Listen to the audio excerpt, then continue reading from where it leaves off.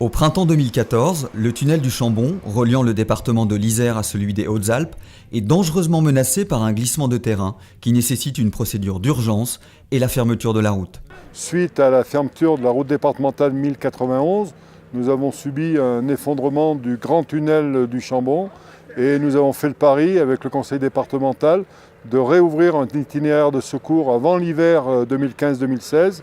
C'est pour ça que nous sommes là aujourd'hui, pour, réceptionner le dernier tir de mine pour l'ouverture de cette route.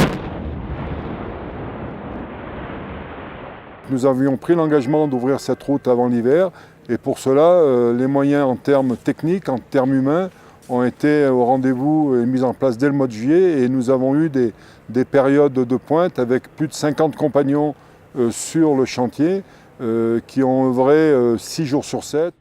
Un budget final de plus de 6 millions d'euros pour la mise en service de cette route de secours longue de 5300 mètres. Le département s'est également mobilisé en urgence pour apporter une aide aux entreprises impactées, ainsi que la mise en service de navettes fluviales pour les populations locales. Au-delà de tout ce que nous avons fait pendant ces 5 mois, le département, bien sûr, a recherché une solution pérenne. Cette solution pérenne, nous l'avons validée avec les services de l'État, avec les experts géologues de l'État. Ce sera une dérivation du tunnel existant, ce qui nous permettra de nous enfoncer plus profondément dans la roche, de trouver un terrain stable. Ça nous permettra également de régler le problème du petit tunnel du Chambon, qui se trouve côté Hautes-Alpes après le grand tunnel et qui lui aussi présente un point de fragilité. Ce tunnel fera 500 mètres de long en se rajoutant au précédent.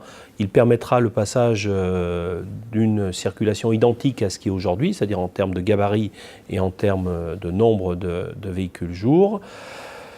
Et c'est une solution qui avoisinera les 30 millions d'euros.